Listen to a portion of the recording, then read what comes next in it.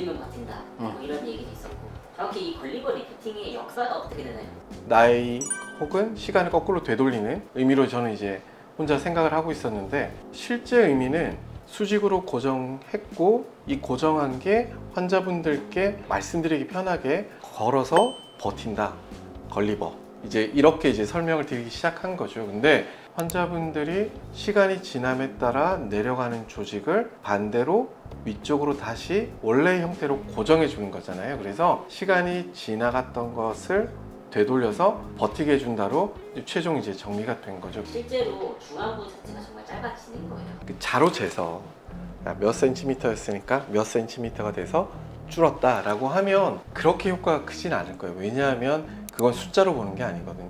항상 얼굴은 실제로 변하는 것도 중요한데 그 실제로 변한 것처럼 보여야 되는 게 훨씬 더 중요하거든요. 그래서 저희들은 구조를 짧아 보이게 바꾸는 거고 실제로도 짧아져요. 실제로도 짧아지는 거 플러스 짧아 보이는 구조로 바꿔지는 게 상승 효과라고 저는 이제 설명드리는데, 그렇게 이해하시는 게 가장 아마 알맞은 대답이 아닐까 싶습니다. 원장님이 늘 말씀하시는 팔자주름, 근데 요것만큼은 어떻게 해도 안 되는 거잖아요. 걸리버 리프팅으로 요것도 어느 정도 개선이 되나요? 사실 팔자는 제가 항상 환자분들께 말씀드리지만 구조물이거든요. 폴드라고 부르고, 그래서 뼈랑 피부랑 근육이랑 있는 이 공간의 문제 때문에 생기는 건데, 얘를 단순히 당긴다고 우리가 말하는 팔자 부분을 직접적으로 좋아지게 하는 방법은 없어요. 대신에 대부분 환자분들이 이제 우리가 콧구멍이라고 하죠. 바로 옆쪽에 여기 들어가는 이 골짜기를 보고 제가 팔자가 깊어요 라고 말씀하시지는 않거든요. 대부분 이걸 보고 제가 팔자가 싫어요 라고 말씀하시는데, 이 부분을 걸리버 리프트를 통해서 짧아 보이는 느낌으로 구조를 바꿔주게 되면 팔자가 사실 신경 안 쓰이게 되시는 거죠. 이렇게 했었을 때 그래도 뭐가 좀 보이네?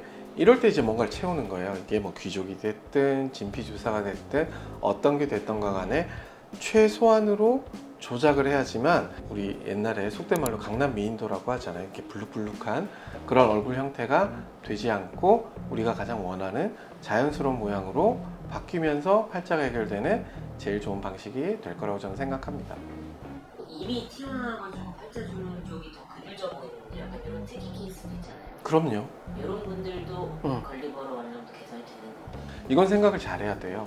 제가 우리 환자분은 걸리버 리프트를 하시는 게 오히려 손해일 거예요 라고 말씀드리는 분 중에 하나가, 얼굴에 이렇게 슬롭이 있는 분들이 계시거든요. 스키 점프라고 하잖아요. 그래서처럼 광대 쪽이 지나치게 들어가 있고 상악 쪽이 좀 나오면서 상대적으로 입이 이렇게 있는 분들이 계신데, 그런 분들 케이스에 있어서는 걸리버 리프트를 하면 오히려 입이 좀 더 돋보일 수가 있겠죠. 그래서 이럴 때 정말 필러를 쓰는 거거든요. 그래서 상대적으로 좀 덜 나와 보이게, 그리고 라탄 바구니 저희들이 말씀드린 그걸 활용해서 얼굴이 상대적으로 좀 볼록 렌즈가 되게 하는 방식을 우선 모양을 만들어 두고, 그 이후에 팔자가 도드라지는 부분을 뭐 라탄 바구니 좀 더 추가한다든지 해서 이제 눈에 잘 안 보이게 속이는 그런 방식이 필요하죠. 항상 개개인마다 다르죠. 어느 정도 나와 있는지에 따라서 이제 우리가 앞광대에 이제 제일 높은 포션이 있거든요. 그래서 이 포션에서 이제 상악이 어느 정도 나와 있는지에 따라서 이분은 보통 이제 우리가 한 18군데 정도를 활용해서 제가 걸리버 리프트를 하기 때문에 위치를 다 다르게 하거든요. 그래서 모양을 어느 정도 잡아두고 좀 추가적으로 필요했을 때 뭐 라탄 바구니라든지 이런 것들을 활용해서 입이 나와 있을 때 팔자가 깊어 보여를 해결할 수 있고요. 대신에 모든 사람들이 케이스가 다 다르기 때문에 그때는 좀 더 다른 방식의 이제 접근이 필요하지 않을까 생각이 되긴 합니다. 걸리버 리프팅 하면 고정점을 18개 사용하신다 뭐 이렇게 전에도 얘기를 하셨는데, 뭐 기준 같은 게 있어요? 뭐 어떻게 이용한다, 어떤 사람일 땐 어떻게 한다 뭐 이런. 18개가 많은 게 아닌데? 더 할 때가 더 많은데? 16개면 엄청 많은 거 아니에요? 트리플 타이드면 3개인데 18개면은.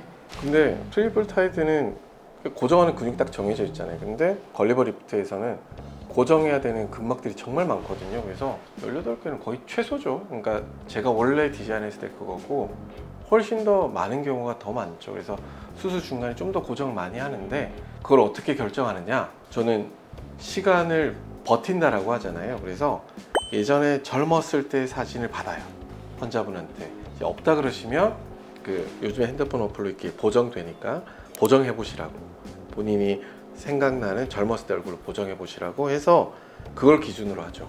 말 그대로 예전에 본인 얼굴, 젊었을 때 본인 얼굴로 돌아가서 버티게 하는 거죠. 그 기준으로 생각하면 고정점들이 생기거든요. 여기서 이쪽 방향으로 올라가고 여기서는 좀 더 부드럽게, 여기서는 좀 더 개수를 많이. 그래서 이제 고정점과 위치, 그 다음에 높이 뭐 이런 것들을 이제 막 섞죠. 그 걸리브 리프트랑 그 이마 거상이 정말 시너지가 좋거든요. 그래서 그걸 같이 했었을 때 그럼 고정을 더 할 수 있죠.